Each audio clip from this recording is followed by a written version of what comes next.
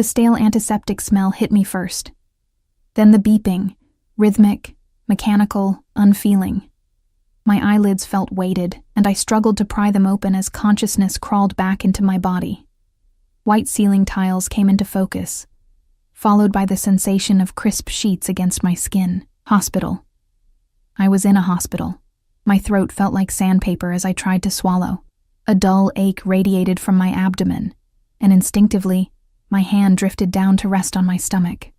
Flat, empty. The realization hit me like a physical blow. My baby. Where was my baby? I jolted upright, ignoring the sharp pain that tore through my midsection. The room spun, and I gripped the metal railings of the hospital bed to steady myself. "Miss Harper, please lie back down." A nurse in light blue scrubs appeared at my bedside, her expression a practiced blend of concern and authority. "You've had a cesarean section. You need to be careful." "My baby," I croaked, my voice barely recognizable. "Where's my baby?" Her face softened. "Your daughter is fine. She's in the nursery. 7 pounds, 3 ounces. Perfectly healthy." Daughter. I had a daughter. Relief flooded through me, and I sank back into the pillows, tears stinging my eyes. "When can I see her?" I whispered. "Soon. The doctor needs to check on you first, and then we'll bring her in." The nurse adjusted my IV. "You gave us quite a scare, Miss Harper. You lost a lot of blood during delivery." I nodded absently, my mind struggling to piece together memories. The contractions starting 2 weeks early. The cab ride to the hospital. Alone. The panic when the doctor said something was wrong. Then nothing but darkness. "Is there someone we should call for you?" the nurse asked, her voice gentler now. I shook my head. There was no one. Not since Jake had walked out 4 months ago when I'd told him about the pregnancy. Not since I'd quit my waitressing job when my ankles swelled too much to stand for 8-hour shifts. Not since I'd fallen behind on rent and had to give up my apartment, moving into a women's shelter until the baby came. "Just me," I said, forcing a smile that felt brittle on my lips. The nurse gave my hand a quick squeeze. "The doctor will be in shortly." After she left, I closed my eyes, trying to center myself. I'd done it. I'd brought a life into this world. Now I just had to figure out how to take care of her with no money, no home, and no support system. The weight of responsibility pressed down on my chest, making it hard to breathe. My phone. Where was my phone? I needed to call the shelter, let them know what happened. I scanned the room and spotted my belongings in a clear plastic bag on a nearby chair. With effort, I reached for it, wincing as the movement pulled at my stitches. Inside the bag were the clothes I'd been wearing when I arrived, maternity leggings and an oversized sweater, along with my phone and wallet. The phone was dead. Of course it was. I plugged it into a charger by the bedside and waited for it to power on. When the screen finally lit up, a cascade of notifications appeared. Missed calls, voicemails, and dozens of text messages from a number I didn't recognize. My stomach knotted with confusion as I opened the message thread. The first message I'd sent read, "Jake, I know you said you're done, but I'm at St. Mary's Hospital. Something's wrong with the baby. Please, I need you." But I hadn't sent it to Jake. In my panicked state, I must have misdialed. The message had gone to someone else entirely. The responses made my blood run cold. "Who is this? How did you get this number? Answer me. What hospital did you say? I'm coming there now. Don't move." The timestamp on the last message was from 10 hours ago. My heart hammered against my ribs. Who had I accidentally texted, and why would they come to the hospital? I scrolled back through my contacts, trying to figure out whose number it might be, when the door to my room swung open. The doctor, I assumed. But the man who entered wasn't wearing a white coat. He was dressed entirely in black, an impeccably tailored suit that accentuated broad shoulders and a lean frame. His dark hair was swept back from a face that belonged in a fashion magazine. Sharp cheekbones, strong jaw, and eyes so intensely blue they seemed to glow against his olive skin. He was younger than I expected, probably early 30s, and devastatingly handsome, but it was the way he moved that made my breath catch, fluid and controlled, like a predator. 2 men in similar suits flanked the doorway behind him, their postures alert and watchful. Those blue eyes locked onto mine, and something passed across his face. Relief? Recognition? I couldn't tell. "You're awake," he said, his voice deep and accented, Italian maybe. He approached the bed with measured steps. I pressed myself back against the pillows. "Who are you?" A flicker of amusement crossed his features. "You texted me, remember?" He pulled out his phone and showed me the screen with my desperate message. "You were calling me Jake. I'm sorry," I stammered. I wasn't thinking clearly. I meant to text someone else, clearly. His gaze traveled over my face, taking in every detail. "Where is he? This Jake? He's not involved anymore." Something dangerous flashed in his eyes. "The father of your child abandoned you?" I looked away, shame burning my cheeks. "It's complicated. It seems very simple to me." He moved closer, and I caught his scent. Expensive cologne with notes of cedar and something darker underneath. "What's your name?" "Emma," I whispered. "Emma Harper." "Emma." He said my name slowly, as if tasting it. "I'm Alessandro Russo." The name hit me like a physical blow. Everyone in the city knew that name. It was whispered in corners of restaurants, mentioned in hushed tones on the news. Alessandro Russo, head of the most powerful crime family on the East Coast, and I had accidentally texted him during my emergency. My mouth went dry. "Mr. Russo, I'm so sorry for the confusion." "I didn't mean—" "Your daughter is beautiful," he interrupted, as if I hadn't spoken. "Perfect, actually." I froze. You've seen her?" A slight smile curved his lips. "I've been here all night, Emma. Who do you think paid for the private room? The specialists? The blood transfusion that saved your life?" The room seemed to tilt beneath me. "But why would you do that? You don't know me." He moved to the window, looking out at the city below. "Let's call it fate that your message came to me. I was meant to be here." Before I could respond, a nurse entered pushing a small clear bassinet. My heart leaped into my throat as I caught sight of the tiny bundle inside. "Time to meet your daughter," the nurse said cheerfully, oblivious to the tension in the room. She lifted the swaddled infant and placed her in my arms with practiced ease. The world disappeared as I looked down at my daughter's face for the first time. Pink cheeks, button nose, rosebud lips. A wisp of dark hair peeked out from beneath a tiny knitted cap. Her eyes were closed, long lashes resting against perfect skin. "Hello, little one," I whispered, my voice breaking. "I'm your mom." She squirmed slightly, her tiny fist escaping the blanket. I touched her perfect fingers, marveling at their miniature perfection. Nothing had prepared me for this rush of love, so fierce it took my breath away. Alessandro moved to the bedside, his eyes fixed on the baby. Something in his expression had changed, softened somehow, though no less intense. "She needs a name," he said quietly. "I was thinking of Lily," I replied, unable to take my eyes off her. "Liliana," Alessandro corrected. "It means lily in Italian." I looked up at him, puzzled by his presumption. "I haven't decided yet." His expression was unreadable. "Check her bracelet." Frowning, I glanced down at the tiny identification band around my daughter's wrist. My heart stopped. "Baby girl Russo." I looked up sharply. "What is this? Why does it say Russo?" Alessandro's expression remained calm. "When they asked for a name, I gave mine. You were unconscious, fighting for your life. Someone needed to take responsibility. But she's not. You're not." I struggled to find words through my shock. "You can't just claim someone else's child." "I've claimed nothing that wasn't abandoned," he replied, his voice hardening slightly. "The father left you both. You have no home, no money, no family. I checked."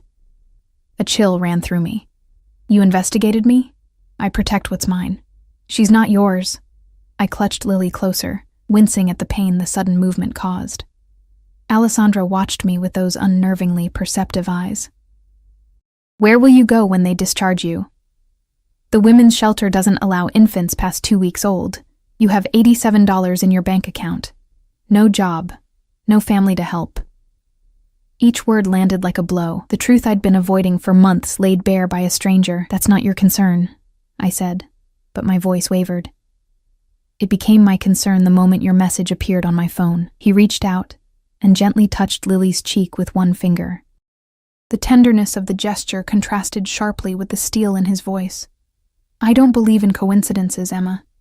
You reached out to me for a reason. It was a mistake, I insisted. There are no mistakes, only fate. He straightened, adjusting the cuffs of his immaculate shirt. You and Liliana will be coming home with me when you're discharged. I gaped at him. Are you insane? I don't know you. I'm not going anywhere with you. A slight smile played at the corner of his mouth, but it didn't reach his eyes. It wasn't a request, Emma. You have nothing.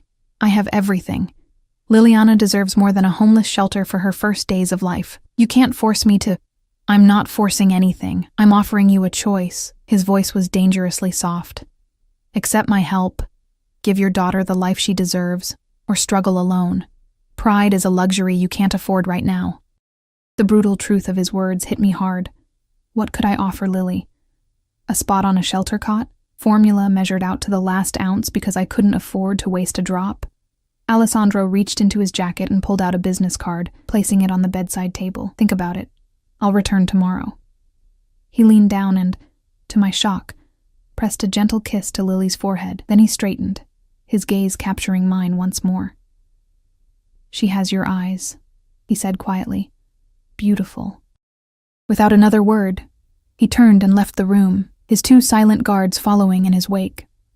The door closed behind them, but his presence seemed to linger, like a shadow that wouldn't fade with the light. I looked down at my daughter's peaceful face, then at the bracelet that proclaimed her a Russo. How had my life unraveled so completely? How had a misdirected text message led to this moment, with a notorious crime boss claiming some sort of ownership over my child? And why, despite every instinct screaming danger, did a part of me feel relieved that someone, anyone, was offering help when I needed it most desperately? Lily stirred in my arms, her tiny face scrunching before relaxing again into sleep. I touched the plastic hospital bracelet on her wrist, tracing the letters of a surname that wasn't hers, wasn't mine, yet. The next 24 hours passed in a blur of nurse visits, feeding attempts, and fitful sleep interrupted by Lily's hungry cries. Each time the door opened, I expected to see Alessandro's imposing figure, but he didn't return. Only his business card remained on the nightstand, heavy cream cardstock with just his name, and a phone number embossed in black. I found myself staring at it during the long night hours, turning it over and over between my fingers. By morning, the reality of my situation had crystallized with brutal clarity. The social worker who visited confirmed everything Alessandro had said. The shelter's 2-week policy for newborns, the waiting list for transitional housing, the insufficient support from social services. Her pitying smile as she handed me pamphlets on public assistance felt like sandpaper against my already raw nerves. Do you have any friends or family who could help? She asked, clipboard ready. I shook my head. My parents had died in a car accident when I was in college. No siblings. The few friends I'd had drifted away during my pregnancy, uncomfortable with my circumstances or simply busy with their own lives. Jake had been my world for the 3 years we were together, and when he left, he took my social circle with him. What about the baby's father? She pressed. Not in the picture, I replied, the words bitter on my tongue. Jake's final text played on repeat in my mind. I never signed up for this. I'm not ready to be a father. Don't contact me again. The social worker made a note. Well, there are some emergency options we can explore, but I have to be honest. The system is overwhelmed. It could be months before something stable becomes available. After she left, I held Lily against my chest, breathing in her sweet newborn scent as tears slid silently down my cheeks. What kind of mother couldn't provide even the most basic security for her child? The doctor came by that afternoon to check my incision and discuss discharge plans for the following day. You're healing well, she said, making notes in my chart. Any questions about postpartum care? I had 1,000 questions, but only one that mattered. What happens if I have nowhere to go? She looked up, her expression carefully neutral. The hospital can't keep you beyond medical necessity. But I understand Mr. Russo has made arrangements? My head snapped up. What arrangements? He's covered all your medical expenses and indicated he would be handling your discharge. His assistant came by earlier to confirm. She must have seen the alarm on my face because she added, "Is that not the case?" Before I could answer, a light knock sounded at the door, and a tall woman with a sleek black bob and designer clothes entered. Everything about her screamed efficiency, from her posture to her sharp gaze that assessed me in one quick sweep. "Miss Harper? I'm Valentina Ricci, Mr. Russo's personal assistant." Her accent was similar to Alessandro's, but more pronounced. "I've come to discuss tomorrow's arrangements and bring you these." She set a glossy shopping bag on the bed. The doctor excused herself as Valentina pulled out what appeared to be new clothes. A soft gray sweater dress, leggings, and a plush cardigan, all with the tags still attached. She added a package of high-end maternity underwear, nursing bras, and a toiletry kit containing products that probably cost more than a month's rent at my old apartment. "Mr. Russo thought you might need these for discharge," she said, her tone matter-of-fact. "The car will be here at 11 tomorrow morning. The townhouse has been prepared for you and the baby." I stared at her. "I haven't agreed to go anywhere." Valentina's perfectly shaped eyebrow arched slightly. "Do you have alternative arrangements?" The question hung in the air between us. We both knew the answer. "Why is he doing this?" I asked instead. "I'm nobody to him." Something flickered across Valentina's face. Surprise, perhaps, or curiosity. "Mr. Russo has his reasons. It's not my place to question them." She placed a new smartphone on the table. "This is for you. Mr. Russo's number is programmed in. Call if you need anything before tomorrow." She turned to leave, then paused at the door. "For what it's worth, Miss Harper, I've worked for Mr. Russo for 8 years. He's a complicated man, but his protection is absolute."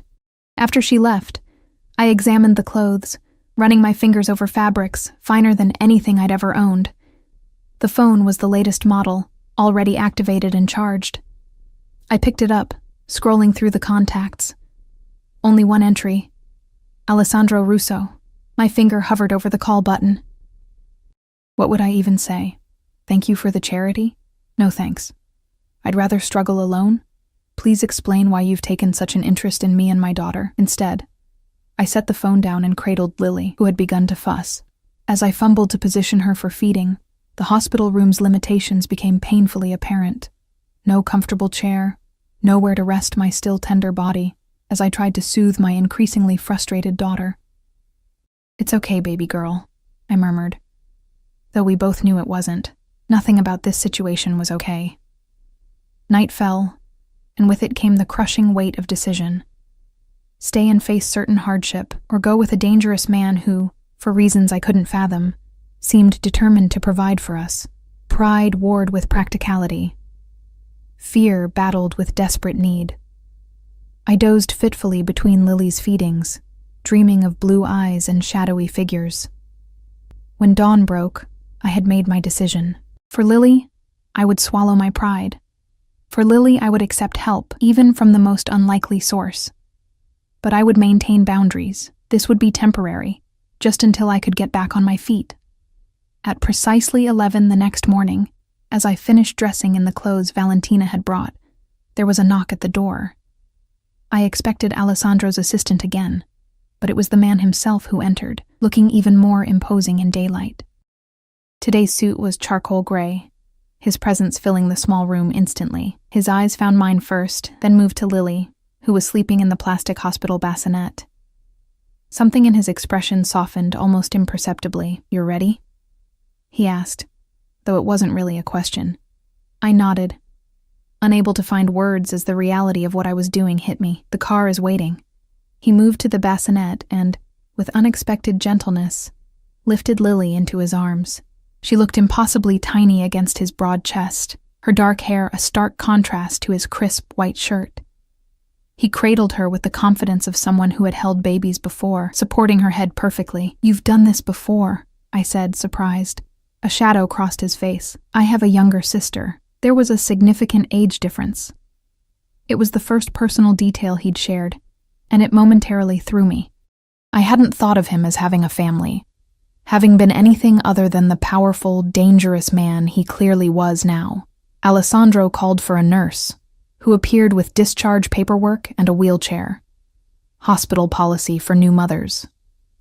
As I settled into it with a wince, still sore from the surgery, Alessandro handed Lily back to me. His fingers brushed mine in the exchange, warm and unexpectedly calloused. The journey through the hospital corridors was surreal.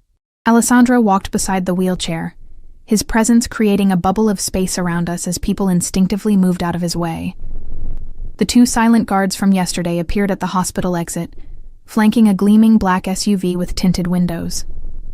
One opened the back door, revealing a top-of-the-line infant car seat already installed. Alessandro took Lily from me again as one of the men helped me into the vehicle. The interior was luxurious. Soft leather seats, privacy partition, even a small refrigerator stocked with water and juice.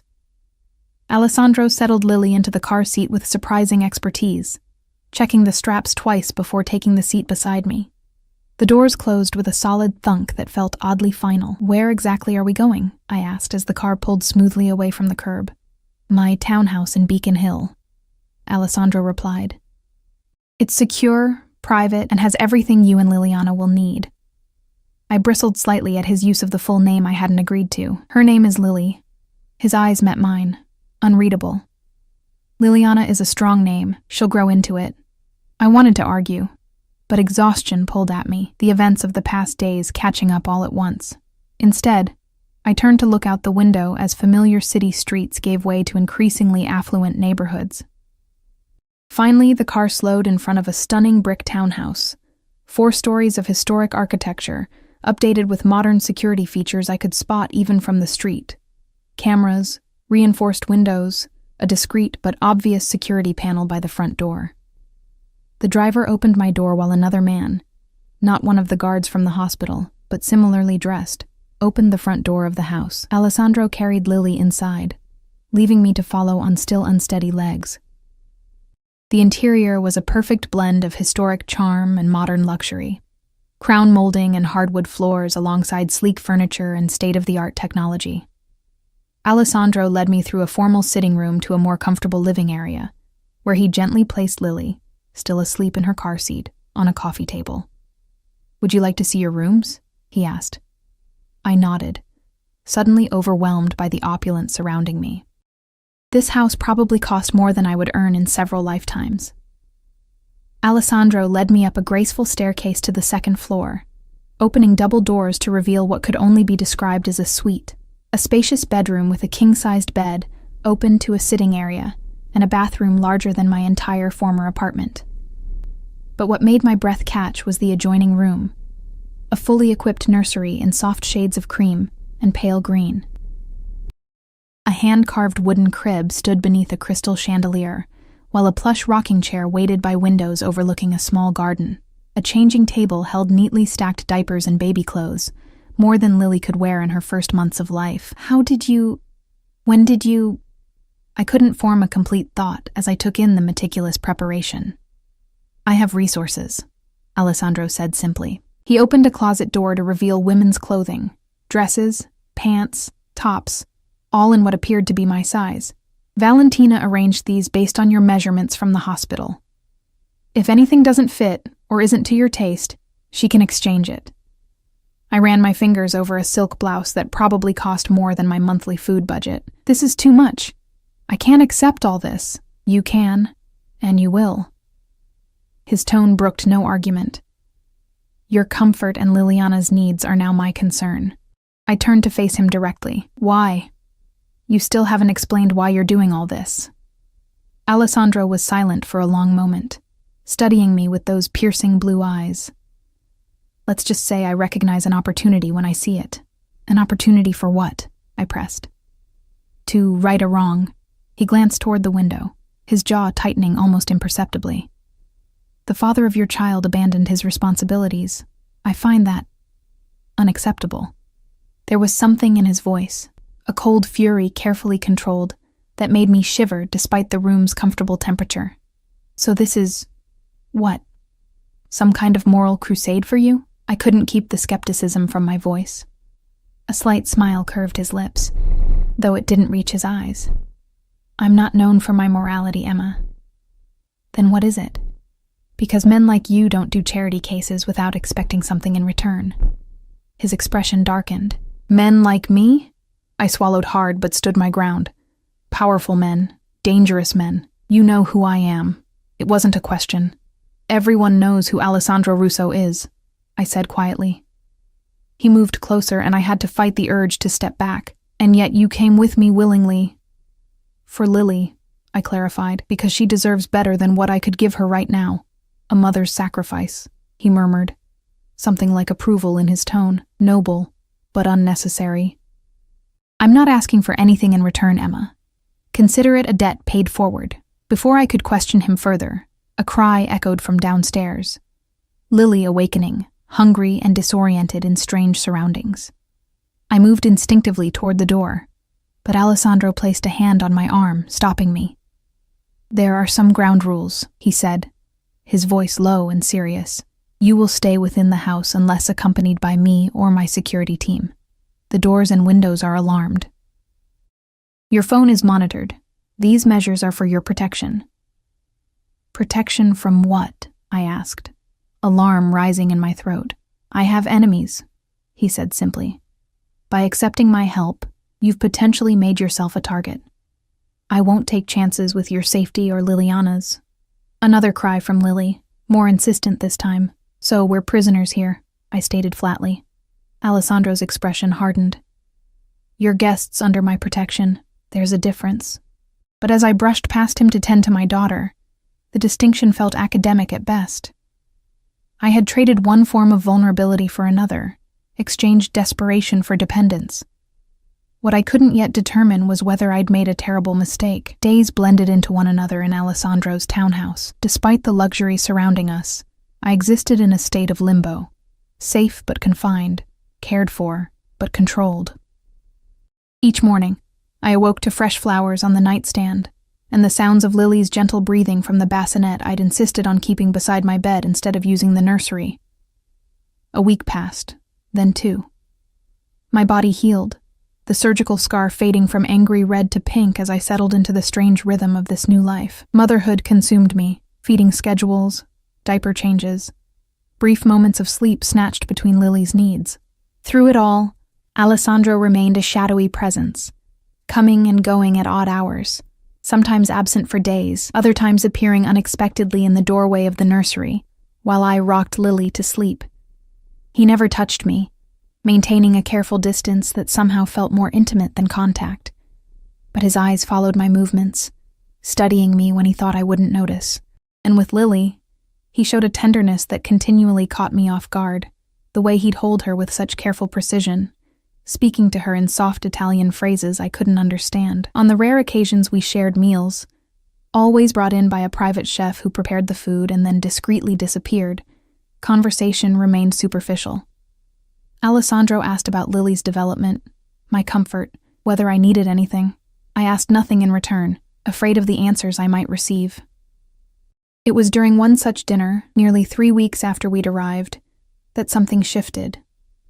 Lily was asleep upstairs, monitored by a state-of-the-art system that relayed every sound and movement to Alessandro's phone. I had managed to shower and change into one of the countless outfits that filled my closet. A simple navy dress that probably cost more than a month's rent at my old apartment. Alessandro looked up as I entered the dining room, his expression unreadable as always. He stood until I took my seat, a gesture of old-world courtesy that felt incongruous with everything I knew about him. You look well, he said, his gaze lingering on my face. The color has returned to your cheeks.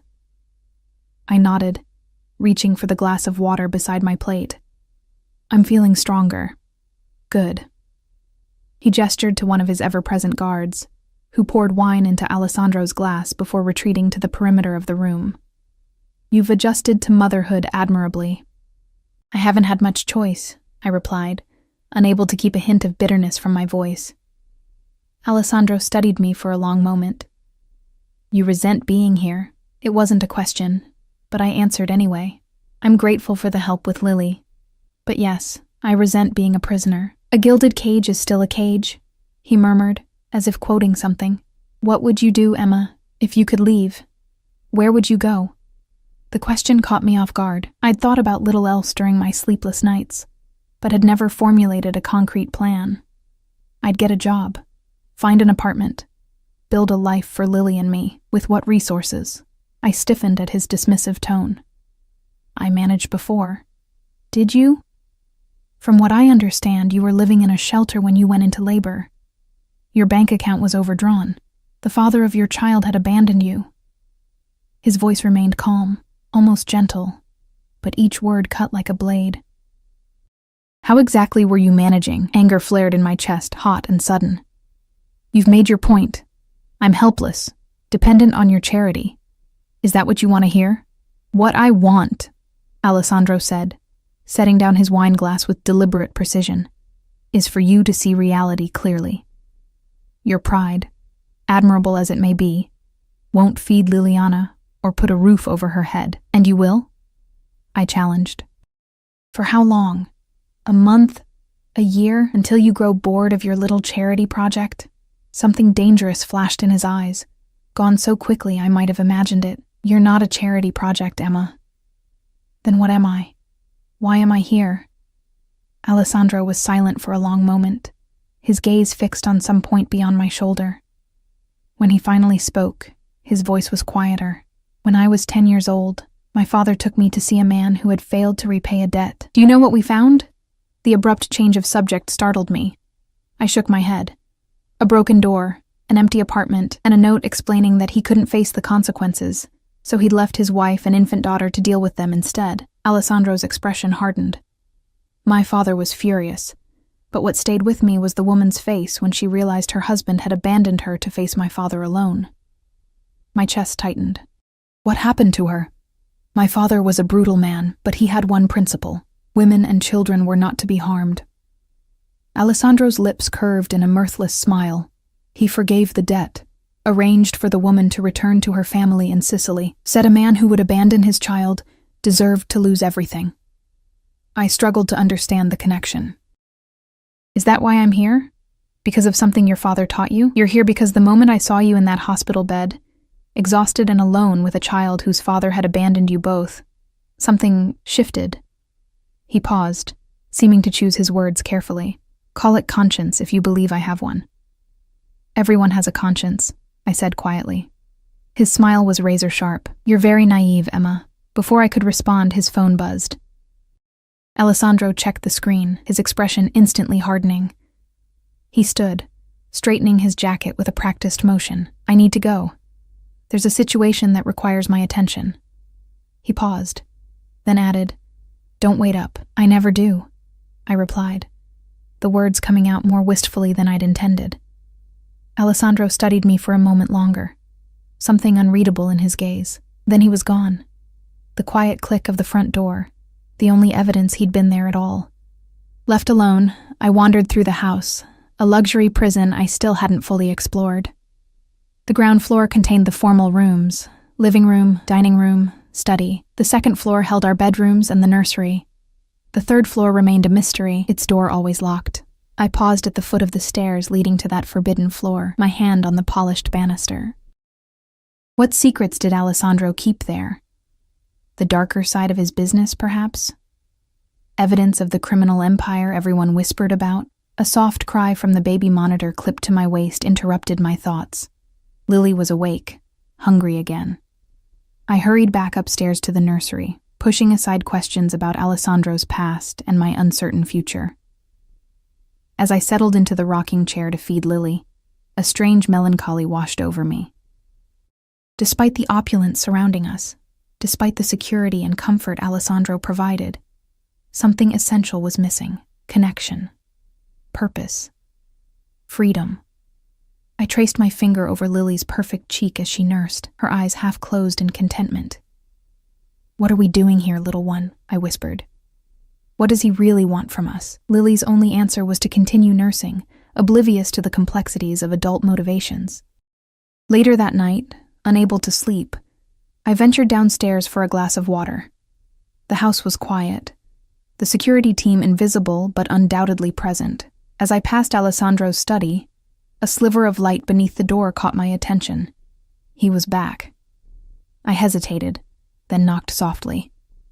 "Come in," his voice called, sounding tired. The study was all dark wood and leather, walls lined with books in multiple languages.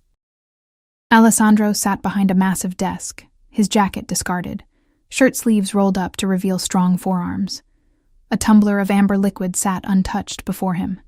He looked up, surprise flickering across his features. "Emma, is everything all right? Is Liliana?" "She's fine," I assured him quickly. "Sleeping. I just couldn't rest." Alessandro gestured to a chair across from the desk. "Join me then." I sat, suddenly aware that this was the first time we'd been truly alone together, without guards or staff hovering nearby. In the dim light, the harsh lines of his face seemed softer, the intensity of his gaze muted. "You look tired," I observed, then immediately regretted the familiarity, but Alessandro just gave a slight nod. "It's been a long day." "Business troubles?" I asked hesitantly. A shadow of amusement crossed his face. "Are you asking about my criminal enterprises, Emma?" I flushed. "I don't know what I'm asking." "Yes, you do." He leaned forward slightly. "You want to know who you're living with. What kind of man brings a woman and her newborn into his home with no apparent motive?" "Is there a motive?" I asked directly, my heart pounding. Alessandro was quiet for a long moment, studying me with an intensity that made me want to look away. But I held his gaze, determined to get at least one honest answer. "I told you about my father," he finally said. "What I didn't tell you is that my mother left when I was 8, disappeared one night, leaving nothing but a note saying she couldn't live this life anymore." His voice was flat, emotionless. "My sister was just a baby. I practically raised her while my father built his empire. I absorbed this, trying to see the connection. You think I would abandon Lily? No." His response was immediate, certain. "But I know what it is to be a child whose parent walked away, and I know what it is to step into a role you never asked for. So this is... what? Empathy?" Alessandro's laugh was short, humorless. "I'm not known for empathy, Emma." "Then what?" He stood abruptly, moving to a cabinet where he poured another drink. "When you texted me by mistake, I had just left the cemetery. Yesterday was the anniversary of my sister's death. The revelation hit me like a physical blow. I'm sorry. I didn't know." "Why would you?" He took a sip of his drink, his back to me. "She died in childbirth 3 years ago. The baby too. Her husband couldn't handle the grief, put a bullet in his brain 6 months later." I pressed a hand to my mouth, horror washing through me. "Alessandro, when your message came through, a pregnant woman alone, in trouble, it felt like..." He shook his head, turning to face me. "I'm not a good man, Emma. I've done things that would terrify you. But in that moment, I thought perhaps I could do one good thing. Honor my sister's memory by helping you and your child." The raw pain in his voice stripped away the fearsome image I'd built of him, revealing something profoundly human underneath. I stood and moved toward him, stopping just out of reach. "Thank you for telling me," I said softly. "And for helping us." Alessandro set down his glass, his eyes never leaving mine. "I don't want your gratitude. What do you want?" I asked, the question barely above a whisper. For a heartbeat, something flared in his gaze, something hungry and fierce that made my pulse quicken. Then it was gone, locked away behind his careful control. "It's late," he said, stepping back. "You should rest while Liliana is sleeping." I nodded, recognizing the dismissal, but as I turned to leave, his voice stopped me at the door. "Emma." When I looked back, his expression was grave. "I meant what I said about keeping you safe. My business, there are dangerous elements, people who would use any perceived weakness against me. And we're a weakness?" I asked. "You're under my protection. That makes you a target. Is that why we're kept here like prisoners?" Alessandro's jaw tightened. "Would you prefer I left you vulnerable?" "I'd prefer a choice," I answered honestly. Something like respect flickered in his eyes. "Tomorrow," he said after a moment. "We'll go out tomorrow, you, me, and Liliana. There's a private park near here, secure. You need fresh air, and Liliana should feel the sun." The simple offer of freedom, however limited, made my throat tighten unexpectedly. "Thank you." Alessandro nodded once, then turned away, effectively ending our conversation. But as I climbed the stairs back to my room, I felt something had fundamentally shifted between us. The walls he maintained so carefully had cracked, just enough to glimpse the man behind the fearsome reputation, and what I'd seen was far more complex and far more dangerous to my heart than I could have imagined. True to his word, Alessandro arranged for our outing the following day. The morning dawned crisp and clear, autumn painting the trees in brilliant reds and golds. I dressed Lily in one of the countless outfits filling her closet, a tiny sweater dress with matching tights and a miniature peacoat that made her look like she belonged on a baby fashion runway. I chose a simple cream sweater and jeans for myself, suddenly self-conscious about my still recovering postpartum body. When I came downstairs with Lily nestled in my arms, Alessandro was waiting in the foyer. He wore dark jeans and a charcoal cashmere sweater that transformed him from intimidating crime boss to devastatingly handsome man. The casual attire softened his sharp edges, making him appear almost approachable. His eyes warmed at the sight of Lily. "She looks like a principessa," he said, reaching out to touch her tiny hand. Lily instinctively wrapped her fingers around his index finger, and something in Alessandro's expression shifted, a tenderness appearing that made my heart stutter. "The car is ready," he said after a moment. "I've arranged for a picnic in the garden." Outside, the sleek black SUV waited with two security guards, Marco and Dominic, whose names I'd finally learned, standing at attention. Alessandro helped me secure Lily in her car seat before sliding in beside me. The drive was short, just a few minutes through the exclusive neighborhood before we turned into a gated private park, accessible only to residents of the surrounding estates. The garden, as Alessandro had called it, was actually a stunning botanical sanctuary with winding paths, carefully tended flower beds, and ancient trees providing dappled shade. A secluded area had been prepared for us. A plush blanket spread beneath a maple tree, a wicker hamper waiting, and not another soul in sight. "You arranged all this?" I asked as Alessandro carried Lily while I struggled to manage the diaper bag. "I own the property," he replied casually. "The park is maintained for the neighborhood, but I requested privacy today." Of course he did. Alessandro Russo wouldn't share a park bench with strangers. We settled on the blanket, Alessandro surprising me again by expertly laying Lily on her back between us, making sure the sun didn't reach her delicate skin. He opened the hamper, revealing an assortment of gourmet sandwiches, fresh fruit, pastries, and a bottle of sparkling water. "You're not having wine?" I asked, noticing the absence of his usual drink. A slight smile curved his lips. "I never drink when I'm responsible for Liliana's safety." The statement caught me off guard, his use of "I'm responsible" rather than "you're responsible" or "we're responsible," as if Lily's welfare was as much his concern as mine. We ate in companionable silence for a while, the autumn breeze rustling the leaves above us, Lily contentedly waving her tiny fists at the dappled light filtering through the branches. It felt surreally normal, like we were just a regular family enjoying a weekend outing, not a single mother and a crime lord playing house. "Tell me about your life, Emma," Alessandro said suddenly. "Before." I looked up, surprised by his interest. "There's not much to tell. I grew up in a small town in New Hampshire. My parents died in a car accident during my sophomore year of college. I dropped out, moved to Boston, started waitressing, met Jake. The usual story." "And now the unusual part," Alessandro prompted. I sighed, picking at a grape. "Jake and I dated for 3 years. It was tumultuous. He was charming when he wanted to be, cruel when he didn't get his way. I kept thinking I could fix him, make him happy."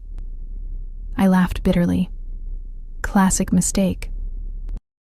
Alessandro's expression darkened. He was abusive. Not physically, I clarified quickly. Emotionally. It was complicated. When I got pregnant, it was an accident. I thought he'd be upset, but he actually seemed excited at first. Started talking about getting married, building a family. I swallowed hard. The memory still painful. Then one day, about 5 months in, he just changed his mind. Said he'd been thinking about it, realized he wasn't ready for that kind of responsibility. He packed his things and left that night. Blocked my number. Alessandro's jaw tightened, a muscle ticking beneath his skin. What's his full name? The question sent a chill through me. Why do you want to know? Curiosity, he replied, his tone deceptively light. Jake Sullivan, I said reluctantly. But whatever you're thinking, don't. He's not worth it. Alessandro said nothing, but something dangerous flickered in his eyes. I suddenly remembered who I was talking to. Not just the man who had shown kindness to my daughter, but a man who undoubtedly had the power to make people disappear. Alessandro, promise me you won't do anything to him, I insisted, laying my hand on his arm without thinking. He looked down at my fingers on his sleeve, then back to my face. You're defending the man who abandoned you and his own child? I'm saying I don't want whatever he did or didn't do to result in more pain, I replied. Lily and I have moved on. Have you? His gaze was piercing, seeing too much. I pulled my hand away, uncomfortable with the sudden intensity.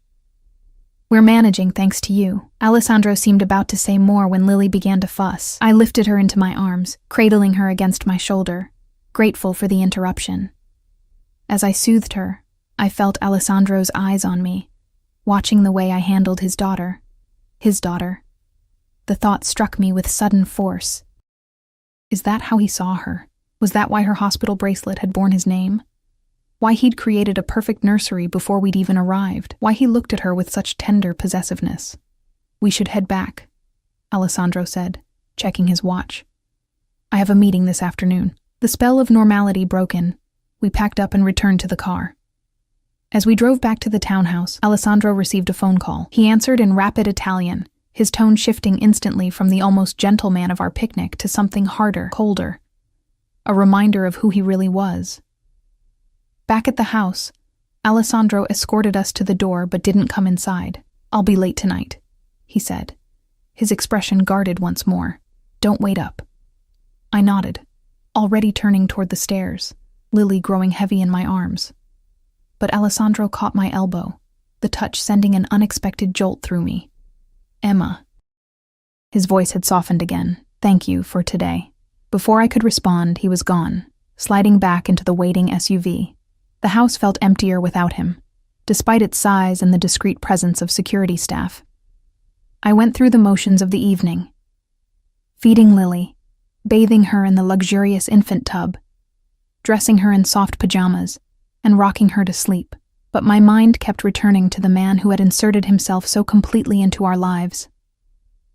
After putting Lily down for the night, I wandered the house restlessly. 3 weeks of confinement, broken only by today's brief outing, had left me starved for stimulation. I ended up in Alessandro's study, drawn by the rows of books lining the walls. Perhaps reading would quiet my racing thoughts. As I scanned the shelves, my fingers trailed over leather-bound classics, modern thrillers, and several books in Italian. One shelf held framed photographs, rare personal touches in the otherwise impersonal house. I picked up the nearest one, Alessandro, perhaps 10 years younger, with his arm around a beautiful young woman with the same striking blue eyes. His sister, I realized with a pang. The next photo showed the same woman in a wedding dress beside a handsome man who gazed at her adoringly. And then, most painful of all, a sonogram photo in a silver frame, the niece or nephew Alessandro had lost alongside his sister. So much loss. It explained something about him, about the shadows that sometimes crossed his face when he looked at Lily. I was so absorbed in the photographs that I didn't hear the study door open. Alessandro's voice startled me.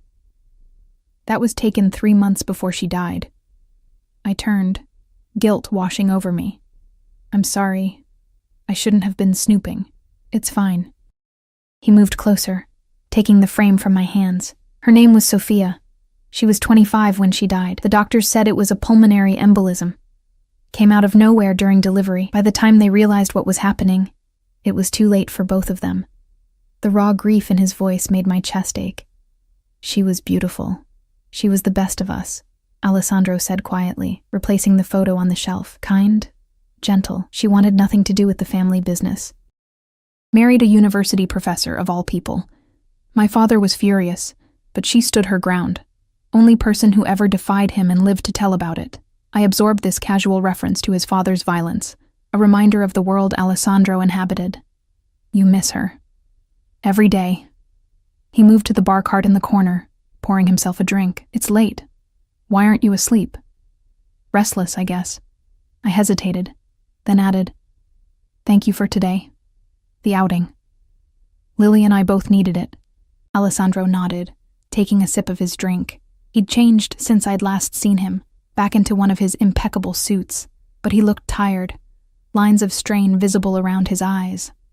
"Rough meeting?" I asked. A ghost of a smile touched his lips. "You could say that. Nothing for you to worry about, is it ever?" I couldn't keep the edge from my voice. "We live in your house, eat your food, depend on your protection, but we're kept completely separate from your life." Alessandro set down his glass. "Would you prefer to be involved in my business dealings, Emma? To know exactly how I make the money that keeps you and Liliana in comfort? To meet the kind of men I associate with?" "I'd prefer honesty," I replied. "This arrangement, whatever it is, can't last forever. At some point, Lily and I need to build a real life." Something darkened in his expression. "You're not happy here? That's not the point. We can't stay in this beautiful cage indefinitely." "Why not?" The question was soft, dangerous. I stared at him, caught off guard by the intensity of his gaze. Because it's not real. You're not Lily's father. I'm not my what?" He pressed when I trailed off. I couldn't find the right word. Wife? Partner? Possession? What exactly was I to Alessandro Russo? "This arrangement was meant to be temporary," I finally said. "Until I got back on my feet." Alessandro moved closer, close enough that I could smell his cologne mingled with the scent of whiskey on his breath. "And if I want it to be permanent?" My heart hammered against my ribs. "What are you saying?" "I'm saying that in the 3 weeks you've been here, Liliana has become," he paused, seeming to search for the right word, "important to me." "And me?" I asked, my voice barely above a whisper. "What am I to you, Alessandro?" His eyes darkened, pupils dilating, a complication I didn't anticipate. Before I could process what that meant, his phone buzzed insistently in his pocket. With a muttered curse, he checked the screen, his expression hardening instantly. "I have to take this," he said, already moving toward the door. "We'll continue this conversation tomorrow." But he paused at the threshold, turning back to me with an expression I couldn't decipher. "For what it's worth, Emma, I haven't thought of this as temporary since the moment you walked through that door." Then he was gone, leaving me alone with racing thoughts and a heart that beat too fast for comfort. What had just happened? Was Alessandro suggesting he wanted us to stay permanently, and in what capacity? As I climbed the stairs back to my room, checking on Lily sleeping peacefully in her bassinet, a terrible realization dawned. Whatever Alessandro's initial motivations, guilt, empathy, some misplaced sense of responsibility, something had shifted. The way he looked at Lily, the fierce protectiveness, his insistence on calling her Liliana Russo. He wasn't just helping us out of charity. He was claiming us as his own, and the most unsettling realization of all, part of me didn't want to fight it. Part of me, traitorously, wanted to belong to Alessandro Russo, dangers and all. I slipped into bed, staring at the ceiling as confusion and longing warred within me. How had I gone from accidentally texting a stranger to contemplating a life with one of the most dangerous men in the city? How had my desperation for security transformed into something that felt dangerously like attraction? And most importantly, what would happen when Alessandro Russo decided he was tired of playing the benevolent protector and showed me the darker side of his nature? The answer came sooner than I expected. I was awakened just after midnight by shouting downstairs, male voices, harsh and urgent. Lily stirred beside me, and I quickly soothed her back to sleep before slipping out of bed. Heart pounding, I crept to the bedroom door and opened it a crack, straining to hear. Alessandro's voice cut through the chaos, his tone glacial with controlled fury. How did they find the location? Someone talked. A voice I recognized as Marco's responded. "We're checking everyone, boss. The leak will be found." "And the shipment?" "Lost. We managed to get our people out before the raid, but the merchandise is gone." Alessandro swore in Italian, the words unfamiliar but their meaning clear from his tone. Double the security here. No one gets within a block of this house without my knowledge. Footsteps approached the stairs, and I hastily shut the door, retreating to bed. But I couldn't fall back asleep, my mind racing with what I'd overheard. A raid. Lost merchandise. The reality of Alessandro's world had suddenly crashed into mine, and the collision left me shaken. Morning came, and with it, an unusual silence. No sounds of Alessandro moving about downstairs, no staff preparing breakfast. When I ventured downstairs with Lily after her morning feeding, I found the kitchen empty, but for a note on the counter in Alessandro's precise handwriting. Stay inside. Security enhanced. Will explain tonight. The day stretched endlessly, tension building with each passing hour. I caught glimpses of unfamiliar men patrolling the perimeter through the windows, their bulges beneath their jackets leaving little doubt they were armed. By evening, my nerves were stretched to breaking point. Alessandro finally returned as night fell, his entrance marked by the efficient murmur of security protocols. When he appeared in the doorway of the living room where I'd been pretending to read while Lily napped in her portable bassinet, the sight of him stole my breath. He looked dangerous, not the controlled, elegant danger I'd grown accustomed to, but something rawer, more primal.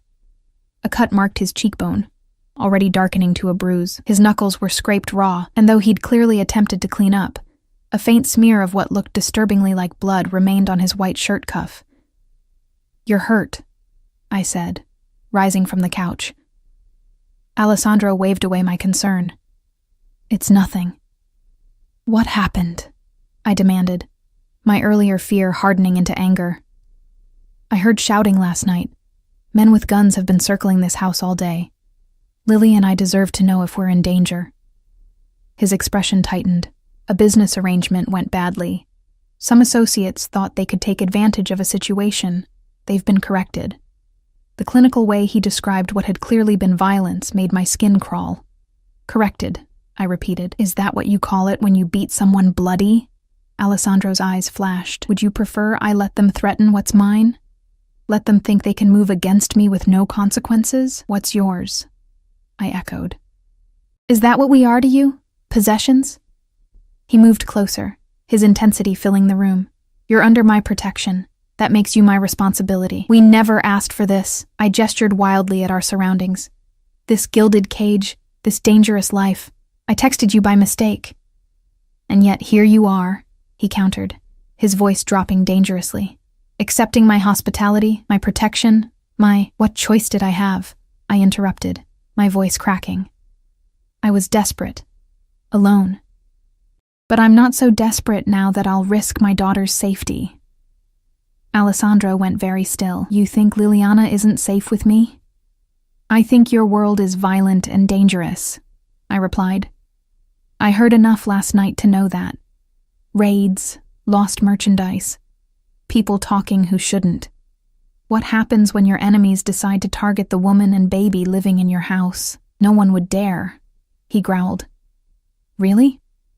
"Because it sounds like someone already dared to cross you." A muscle ticked in Alessandro's jaw. "That situation has been handled." The coldness in his voice sent a chill through me.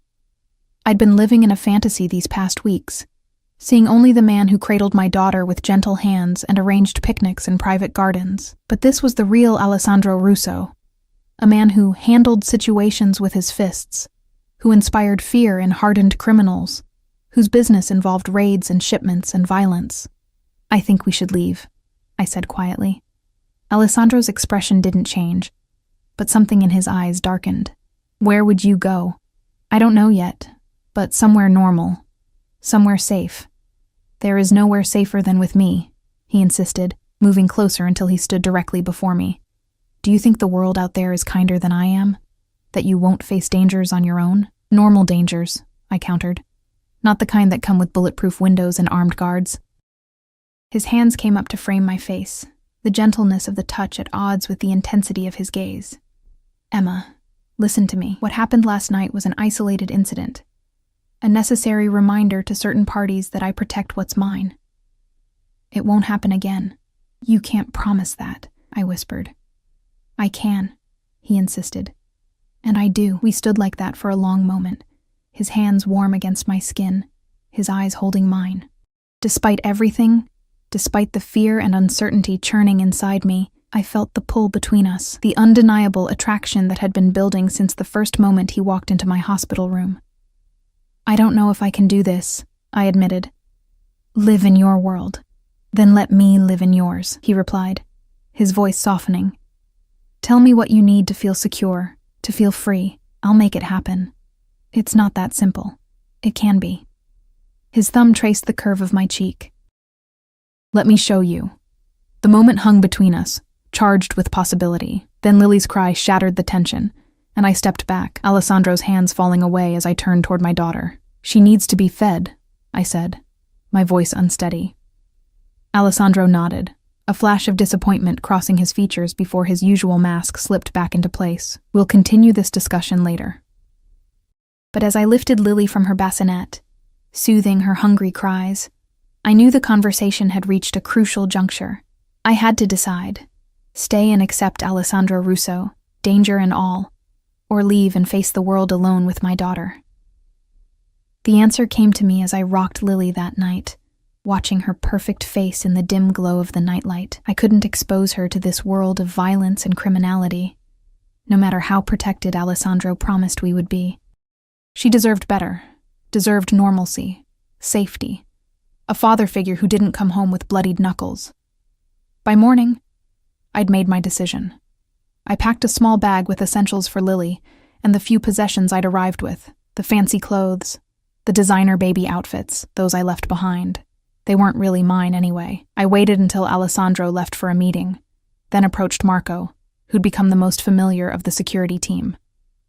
"I need to go shopping for Lily," I said, the lie tasting bitter on my tongue. "She's outgrowing her clothes." Marco looked uncertain. "Mr. Russo didn't mention any outings today." "It was a last-minute decision," I replied, forcing a casual smile. "He said to take me to the baby boutique on Newbury Street." Perhaps it was the confidence in my voice, or perhaps Marco simply couldn't imagine I would lie about something Alessandro could easily verify. Whatever the reason, he nodded. "I'll bring the car around." 20 minutes later, we pulled up outside an exclusive children's store. "I'll come with you," Marco said, moving to open my door. "That's not necessary," I countered quickly. "Lily gets fussy around too many people. Will only be a few minutes. I know exactly what I need." Again, that moment of hesitation, then a reluctant nod. 15 minutes. Then I come looking for you. It was enough. The moment we entered the store, I headed straight for the back, where I'd spotted a staff exit during our previous shopping trip. With Lily secured against my chest in her carrier, the diaper bag slung over my shoulder, I slipped through the door into a service alley. My heart pounded as I hurried away from the store, expecting at any moment to hear Marco's shout or feel his hand on my shoulder. But the streets grew busier as I reached the main thoroughfare, and I blended into the midday crowd. At the nearest subway station, I paused at an ATM, withdrawing the maximum amount from the account Alessandro had set up for me. $500. It wouldn't last long, but it was a start. Then I descended into the station, boarded the first train that arrived, and watched the city that had briefly been my gilded prison fade into the distance. I had no plan beyond escape, no destination in mind. But as the train carried us farther from Alessandro's world, I felt both terrified and strangely liberated. Whatever came next would be my choice, my responsibility. No more dependency, no more uncertainty about motives or expectations. 3 stops later, my phone buzzed. Marco, undoubtedly, realizing I'd fled. I turned the device off and dropped it into a trash can at the next station. Alessandro could track it, use it to find us. By evening, Lily and I had checked into a modest motel on the outskirts of the city, paid for in cash. As night fell, I sat on the edge of the bed, watching my daughter sleep, doubt creeping in with the darkness. Had I made a terrible mistake? Traded safety and security for freedom that might prove more dangerous in the end? I was still questioning my decision when a soft knock sounded at the door. My blood froze. How had he found us so quickly? With trembling hands, I approached the door, peering through the peephole. Alessandro stood in the dim hallway, alone, no security team visible. "Emma?" he called softly. "Open the door, please."